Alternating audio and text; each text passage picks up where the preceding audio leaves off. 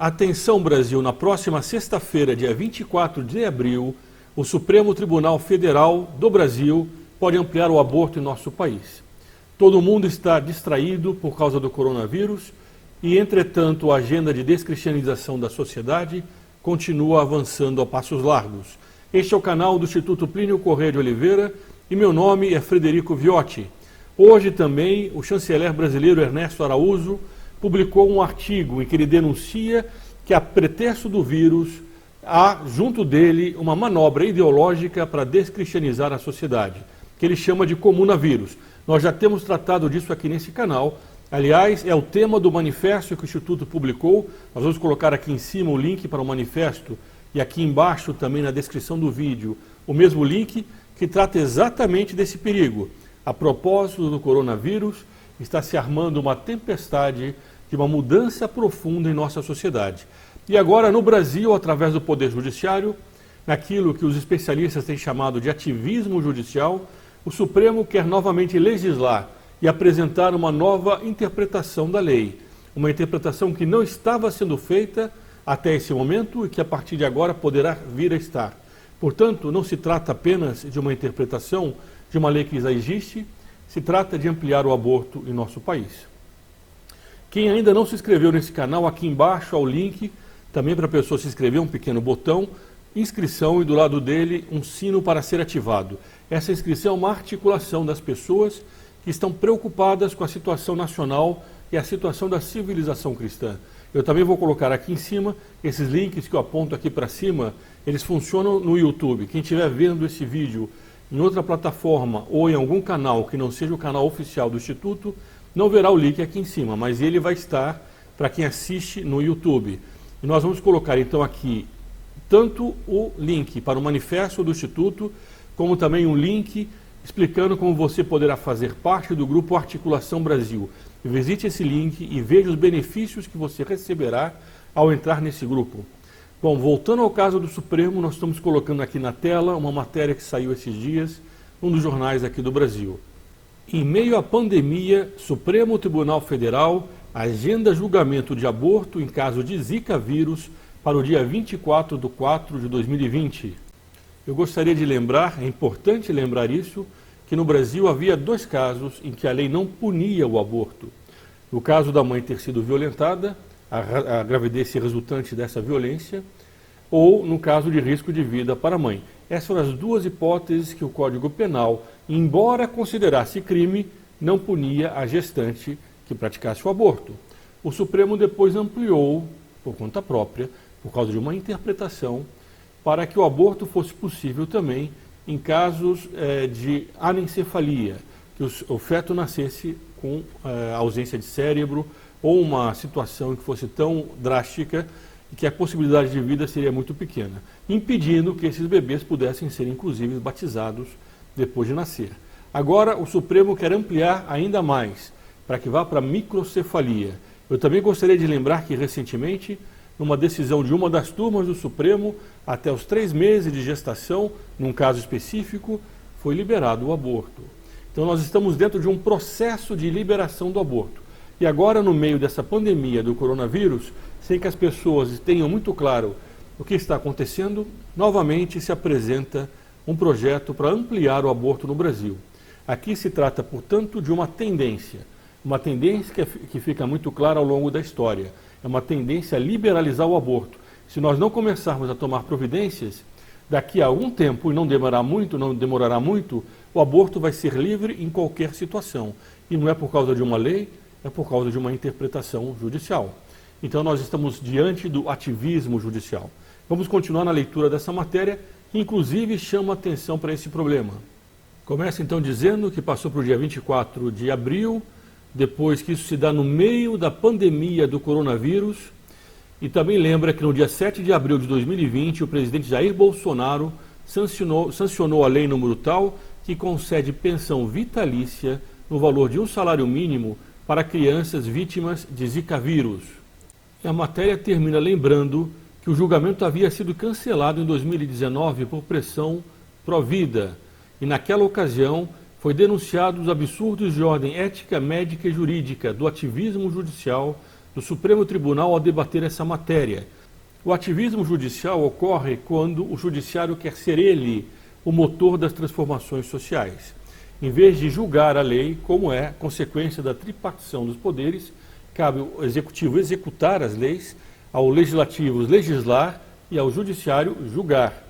Infelizmente, de uns tempos para cá, o poder judiciário tem, além disso, legislado, tem ampliado os casos, segundo interpretações elásticas do sentido da lei, tem ampliado casos como, por exemplo, do aborto, como no caso do casamento homossexual e tantos outros que nós temos visto no Brasil.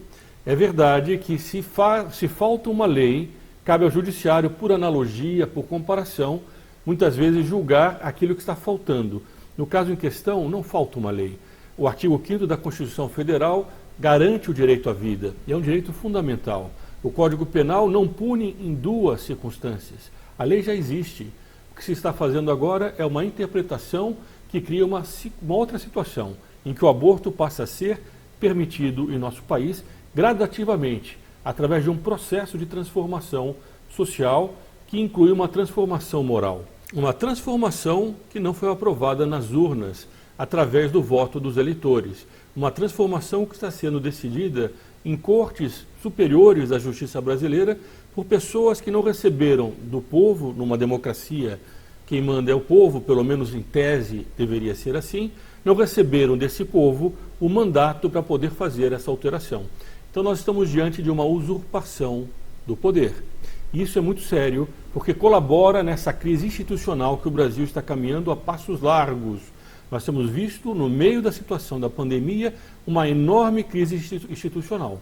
E se o Supremo continuar agindo dessa forma, ele coloca em risco o futuro do Brasil.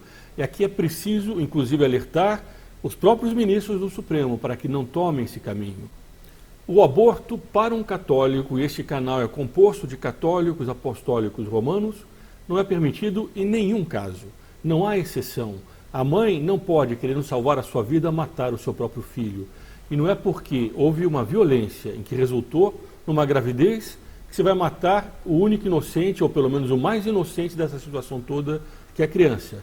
Eu sei que isso pode ser duro de ser dito, mas é como isso funciona. É assim que a moral católica ensina. E é preciso que as pessoas entendam que a vida nossa, ela impõe sacrifícios.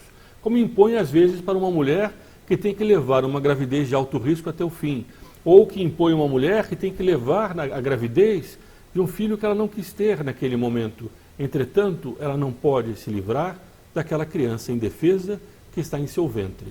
Apesar disso, nós devemos, enquanto católicos, fazer o possível para que a legislação, que já não é boa, porque permite, em tese, em 2 casos, apesar de que hoje já é muito mais ampliado do que isso, em tese ela permite em 2 casos, nós devemos impedir que isso continue sendo ampliado. Cabe a nós colocarmos estacas para que essa situação não piore cada vez mais. Se em 2 casos o aborto não é punido, e isso já do ponto de vista católico não é o ideal, pior seria se permitisse o aborto cada vez mais em outros casos. Então nós devemos denunciar para que isso não continue crescendo em nosso país. Por isso eu peço também que você compartilhe esse vídeo e alerte as outras pessoas. E, se possível, façam orações, façam pressões dentro da lei e da ordem para que isso não continue, para que os deputados e senadores não permitam, no fundo, uma usurpação de um poder constituinte, de um poder legislativo que eles detêm na mão deles por serem representantes eleitos numa democracia, que esse poder não seja usurpado por um outro poder do Estado, que é o poder judiciário. Eles também têm que tomar providências. Uma coisa que nós temos visto e que é muito triste é que, infelizmente, faltam até entre os líderes religiosos aqueles que dizem a moral católica por inteiro. É comum nós ouvirmos o discurso jurídico. Em parte foi o discurso que nós fizemos até aqui. E ele, de fato, é importante para fundamentar do ponto de vista jurídico a nossa posição contra o aborto. Mas, sobretudo, para um líder religioso e, sobretudo, para um canal como este, que é um canal composto de católicos, não basta o argumento jurídico. É preciso lembrar, acima de tudo, que o aborto é um pecado que ofende a Deus. E nós temos a ampla convicção da importância de se defender a religião no ambiente público. e não apenas internamente nas nossas casas, dentro das nossas almas. Eu sou católico, eu sou contra o aborto, mas eu não digo nada. Não é assim que funciona. Se nós somos católicos, nós queremos converter a sociedade, como nosso Senhor deu um mandato a todos os seus discípulos, e de evangelizar o mundo inteiro. Nós não podemos nos omitir por respeito humano, por medo do ridículo, por medo de que algumas pessoas achem que não se deve levantar o argumento religioso. É o único argumento que funciona em relação ao aborto. E os líderes abortistas sabem disso. Eles mesmos reconhecem que a maior vitória deles foi ter afastado o argumento religioso. Se nós queremos combater o aborto, não vai ser dizendo que a lei do Brasil proíbe o aborto, porque senão bastaria mudar a lei que o aborto seria, portanto, legítimo em nosso país. Isso não funciona assim. Se a lei, por acaso, favorecesse o aborto, nós deveríamos aqui, nesse momento, dizer que nós temos que fazer uma outra lei para substituir essa lei que é iníqua, porque atenta contra a moral católica, contra os direitos de Deus. Se nós não temos um fundamento religioso, nós caímos no relativismo e ninguém segura o aborto. Então, quando aparece algum bispo falando contra o aborto por causa de argumentos jurídicos, está muito bem que ele dê os argumentos jurídicos, mas esse não é o principal papel dele. Ele tem que lembrar que essa lei humana não pode se opor à lei de Deus e que a Igreja pune com excomunhão aquele que pratica o aborto. De uns tempos para cá, a ideia da punição desapareceu, mas ela é importante, porque depois nós temos a eternidade, e as pessoas pagarão na eternidade os crimes que cometerem aqui na terra. Se os bispos não falarem, eles serão responsáveis pelas pessoas que morrerem em pecado mortal, porque os que deveriam falar ficaram com respeito humano, de na corte dos homens falar da justiça de Deus. Essas pessoas que morrerem em pecado mortal poderão arguir diante de Deus, que esperaram dos seus pastores uma palavra, e não receberam. Pelo contrário, o que receberam foram argumentos jurídicos. Cabe aos bispos falar a palavra de Deus e não a Constituição Federal. Nós não podemos agora inverter a situação e esquecer que acima da lei dos homens está a lei de Deus. Os bispos, senhores bispos, não tenham receio de falar no nome de Deus diante dos homens. Esse é o seu papel. Para isso, os senhores recebem graças especiais. Se os senhores silenciarem, no dia do juízo de cada um dos senhores, haverá aqueles que poderão dizer: eu esperei de vós uma palavra de vida eterna, e o que eu recebi foi a Constituição Federal. Isso não basta para salvar a alma de ninguém. Neste momento, mais do que em qualquer outro, é preciso relembrar a lei de Deus.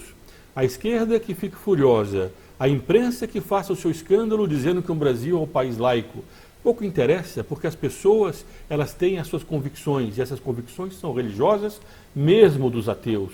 E se eles acham que eles têm o direito de impor o ateísmo deles, o laicismo deles, goela abaixo dos outros, eles vão ouvir de forma bastante clara: não, eles não têm esse direito. Se vocês não querem ser religiosos, o problema é de vocês. Nós somos, e nós temos fé, e nós vamos fazer com que esse Brasil seja de novo a terra de Santa Cruz. Queiram ou não queiram, respeitem o desejo dos outros ou façam como nós fazemos. Vá para as ruas e comece a convencer as pessoas que o melhor é fazer o aborto e consiga, através dos votos, fazer aquilo que vocês não estão conseguindo, que no fundo é, através da democracia, conseguir impor as suas ideias esquerdistas. Porque nós estamos nas ruas para eleger deputados contrários ao aborto. E vocês, como não conseguem eleger, querem fazer através da justiça, através da instrumentalização do poder judiciário, uma revolução nos costumes do Brasil? Isso para vocês é democracia? Porque isso não é democracia laica em lugar nenhum do mundo. Isso é um totalitarismo de fundo religioso e uma religião anticristã. E nós vamos denunciar isso até o fim. Esse canal tem feito isso constantemente. Então, se você gostou desse vídeo, compartilhe entre seus amigos para que eles também tomem conhecimento dessas ideias e desses fatos que estão acontecendo no Brasil. E se inscreva nesse canal para fazer parte dessa articulação pelo Brasil. E aqui em cima haverá o link também para um grupo especial chamado Articulação Brasil, com benefícios exclusivos. Entre nesse link para ver como você pode fazer parte desse grupo. Nós não seremos omissos.